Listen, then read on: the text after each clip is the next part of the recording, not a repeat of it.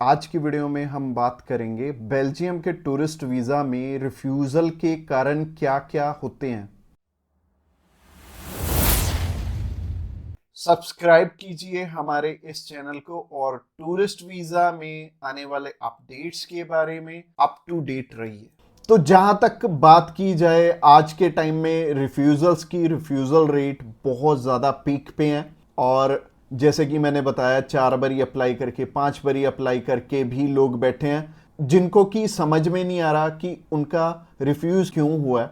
तो सबसे बड़ी इसमें दिक्कत होती है रिक्वायरमेंट्स की। एक एम्बेसी की जो रिक्वायरमेंट है ना, वो ना तो आपको किसी साइट से मिलेगी और ना ही इसमें इलेबोरेट आपको एम्बेसी करेगी। चाहे उन्हें खुद फोन लगा लेना, चाहे आप वीएफएस को फोन लगा लेना, वो भी आपकी हेल्प नहीं करेंगे।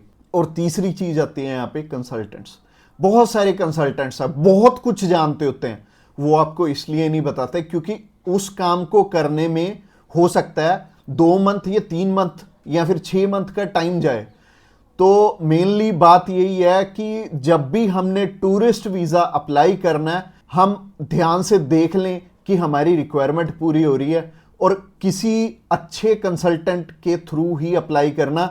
मैं तो एक चीज़ बोलता हूं कि बड़े नाम के पीछे तो कभी मत जाना।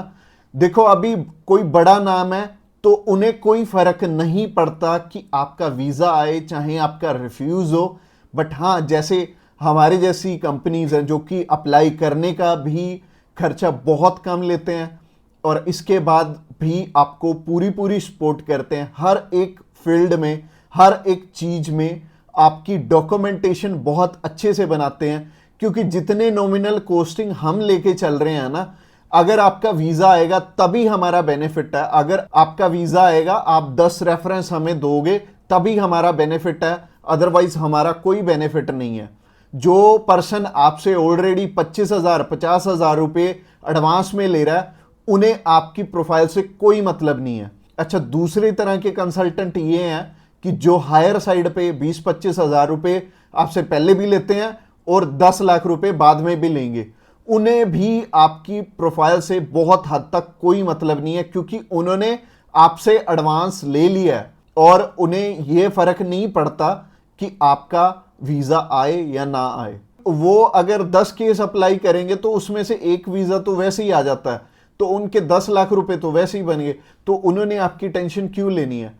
तो सिंपल सी बात है, मैंने आपको अपना मोटिव बता दिया है कि हम रिक्वायरमेंट आपकी अच्छे से क्यों फुलफिल करवाते हैं जब भी आपने टूरिस्ट वीजा अप्लाई करना होता है। क्योंकि हमें आपसे बहुत कम पैसे मिलने हैं। अगर आपका वीजा नहीं आएगा, आपसे हमें रेफरेंस नहीं मिलेंगे, तो हमारा फायदा ही नहीं है इस काम में आने का। इसके अलावा पहला रीजन तो हो गया जो कि रिक्वायरमेंट के ऊपर है कि रिक्वायरमेंट अपनी बहुत अच्छे से समझ लेना और पूरी कर लेना, तभी वीजा अप्लाई करना। और दूसरा रीजन है कि आपके फाइनेंशियल डॉक्यूमेंट्स बहुत अच्छे से फुलफिल नहीं हुए होते। तो फाइनेंशियल डॉक्यूमेंट्स अगर अच्छे से पूरे नहीं होंगे तो एम्बेसी आपको वीजा, आप ही बताइए, कैसे देगी? उन्हें एक प्रॉपर प्रोफाइल चाहिए, उन्हें ऐसी प्रोफाइल चाहिए कि स्टेप बाय स्टेप आपके सारे डॉक्यूमेंट्स आपस में मैच कर रहे होने चाहिए। जैसे कि आपका जो ऑक्यूपेशन है, वहां से आपकी कितनी मंथली इनकम आ रही है और क्या वो उसी प्रोफेशन से इनकम आ रही है आपकी, और आपके फाइनेंशियल्स आपस में मैच कर रहे होने चाहिए, तभी आपका वीजा लगेगा। तो अगर आपको नहीं पता है कि आपके फाइनेंशियल मैच कर रहे हैं या नहीं कर रहे, तो आप क्या कर सकते हैं, आप अभी हमें कॉल कर सकते हैं। आप जान सकते हैं कि आपके फाइनेंशियल अच्छे से मीट कैसे होंगे। और कॉल तो आप इस वीडियो के एंड में ही हमें करना, क्योंकि आगे जो रीजन है वो भी बहुत स्ट्रॉन्ग रीजन है कि आपका वीजा इन इन कारणों से भी हो सकता है। प्रोफाइल का तो मैंने आपको बता दिया कि आप हमें कॉल कर लेना। इसके अलावा जो तीसरा सबसे बड़ा रीजन है वो है कि आपके यहां पे इंडिया में टाई स्ट्रॉन्ग ना होने, यानी कि इंडिया में आपका कोई ऐसा रीजन नहीं है कि आप वापस लौट के आओ। जैसे कि मैरिड है अगर कोई, तो उनकी वाइफ उनका रीजन बनती है वापस आने का, और अगर कोई अनमैरिड है उसको थोड़ी सी प्रॉब्लम ही आती है। बट इसका भी सोल्यूशन है कि आप बेटर है, अगर आप 20-21 साल के हो, 22 साल के हो, तो बाहर जाने के लिए मैरिज तो करोगे नहीं, तो कर क्या सकते हो, आप अपनी मम्मी या फिर अपने पापा में से किसी एक जने को अपने साथ में अप्लाई करवा लो। इससे क्या होगा कि अगर मम्मी आपके साथ जा रही हैं, आपका नहीं है वापस आने का स्ट्रॉन्ग रीजन, बट उनका बन गया, तो उनके चक्कर में आपका भी वीजा आ जाने वाला है। तो आप कर क्या सकते हो, या फिर मम्मी या फिर पापा को अपने साथ में अप्लाई करवा लो, तो ज्यादा अच्छा रहेगा, आपका भी टाई स्ट्रॉन्ग हो जाएगा। तो तीसरा रीजन हो गया। रीजन नंबर 4 की तरफ बढ़ते हैं। और जो चौथा रीजन है वो ये रीजन है कि आप यहां पे घूमने के लिए जा रहे हो, आपका पर्पस मैटर करता है। जब आप कवरिंग लेटर बना रहे हो तो कवरिंग लेटर ये तो आपके हाथ में नहीं है, ये तो आपके कंसल्टेंट के हाथ में है कि आपका पर्पस बहुत ज्यादा स्ट्रांग होना चाहिए, तभी आपको एक कंट्री वीजा देगी। और वीजा उन्हीं को मिलेगा, लाखों लोग अप्लाई करते हैं जिनका की एक पर्पस होगा, जिनका एक कारण होगा बाहर जाने का। वीजा सिर्फ उन्हें ही मिलने वाला है जिनका एक रीजन बहुत ज्यादा स्ट्रांग होगा। तो रीजन बहुत ज्यादा आपका स्ट्रांग बनाएंगे अगर आप हमारे थ्रू अप्लाई करेंगे। तो ये चौथा कारण था आपका वीजा रिफ्यूज होने का। और ये 4 कारण ही हैं जो सबसे बड़े रिफ्यूजल के आपके चांसेस बनते हैं। जिन कारणों के पीछे ये चारों चीजें अपनी ठीक कर लो, और जैसे मैंने पर्पस में बताया, पर्पस आपका बहुत ज्यादा स्ट्रांग हो जाएगा अगर आप हमारे थ्रू अप्लाई करेंगे।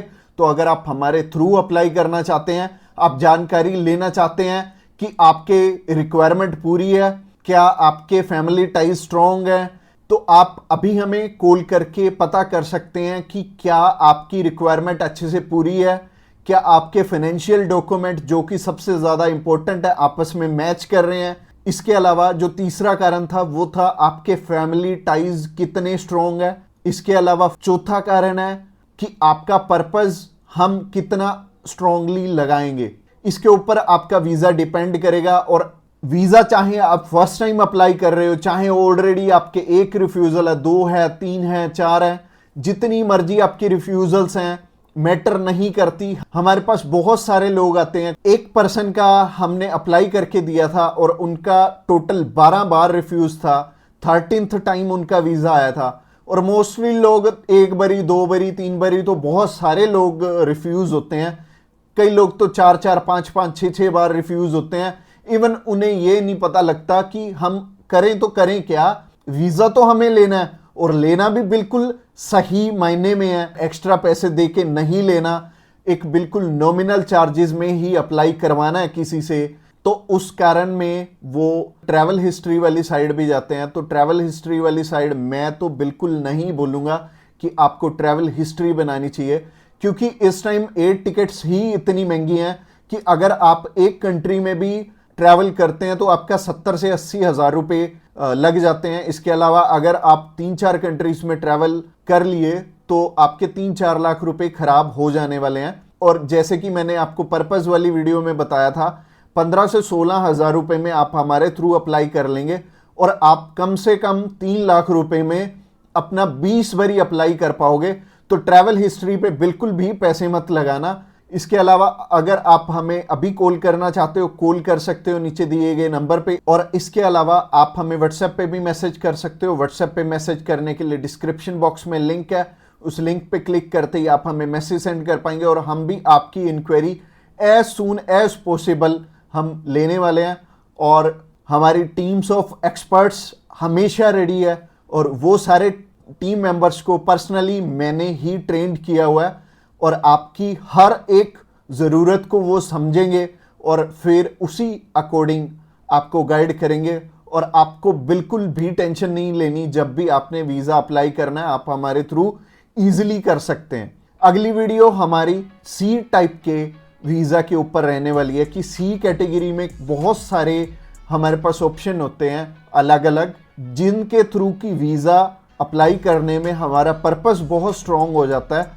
तो सी टाइप में जैसे कि बिजनेस वीज़ा हो गया, स्पोर्ट्स वीज़ा हो गया, कल्चर वीज़ा हो गया, मेडिकल वीज़ा हो गया, तो ये सारे वीज़ा के बारे में हम बात करने वाले हैं, जो कि हमारी नेक्स्ट वीडियो रहने वाली है।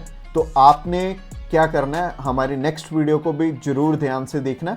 Thanks a lot for watching this video till the end, और मिलते हैं किसी बढ़िया सी वीडियो में नेक्स्ट टाइम।